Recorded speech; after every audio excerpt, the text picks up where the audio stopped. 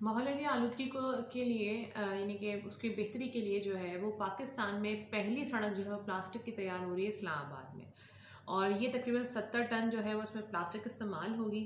1 kilometre کی road بنے گی اور اس پہ ہیوی ٹریفک تو ظاہر سی بات ہے نہیں چل سکتا، لیکن یہ کہ پھر بھی جو ہے وہ کچھ جیسے ہلکی پھلکی ٹریفک اس پہ چل سکتی ہے، رواں ہو سکتی ہے.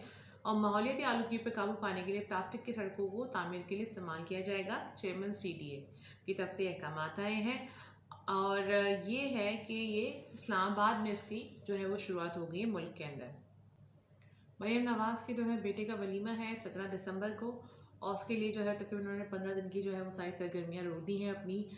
جتنی بھی ان کے پولیٹیکل جتنی بھی سرگرمیاں تھیں ان سب کو انہوں نے روک دیا، اور اپنے بچے کے ولیمے کے لیے یعنی اپنے بیٹے کے ولیمے کے لیے، جس کی جو کہ پچھلے سال جو ہے وہ رواں سال ان کی جو ہے بیٹے کی شادی ہوئی تھی، رواں برس ان کی بیٹے کی شادی ہوئی تھی، تو اس کے بعد رواں برس ان کی بیٹی کی شادی ہوئی تھی. اب جو ہے انہوں نے ولیمے کی تقریب کے لیے 17 دسمبر کو جو کہ منعقد کی جائے گی، اس کے لیے تقریباً 15 روز کا جو ہے وہ گیپ لیا ہے اپنی پولیٹیکل سرگرمیوں سے، ایکٹیویٹیز جو ان کی تھیں.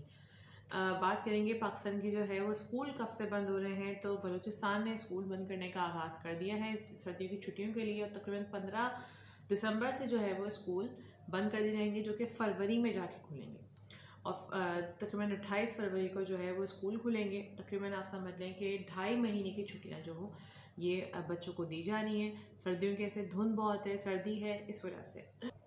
بات کریں گے لندن کے حوالے سے. لندن میں تقریباً 5 روز سے اس وقت بجلی نہیں ہے. کون سے علاقوں میں نہیں ہے؟ یہ ہے برطانیہ میڈیا کے مطابق برطانیہ کے شمالی علاقوں، اسکاٹ لینڈ کے کچھ علاقوں میں 1 ہفتے سے بالکل بھی بجلی نہیں، کیونکہ وہاں پہ طوفان آیا تھا، اور طوفان آنے کی وجہ سے وہاں پہ تقریباً 30,000 گھر جو ہے وہ محروم، لوگ 30,000 کے قریب جو ہے لوگ محروم ہو گئے تھے اپنے گھروں سے، کیونکہ وہاں پہ بجلی بھی نہیں تھی اور وہاں پہ طوفان نے بہت تباہی مچائی تھی.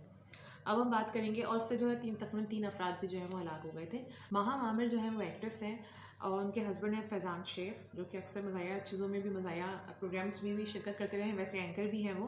اور ماہا عامر جو ہیں وہ بہت اچھی ایکٹریس ہیں.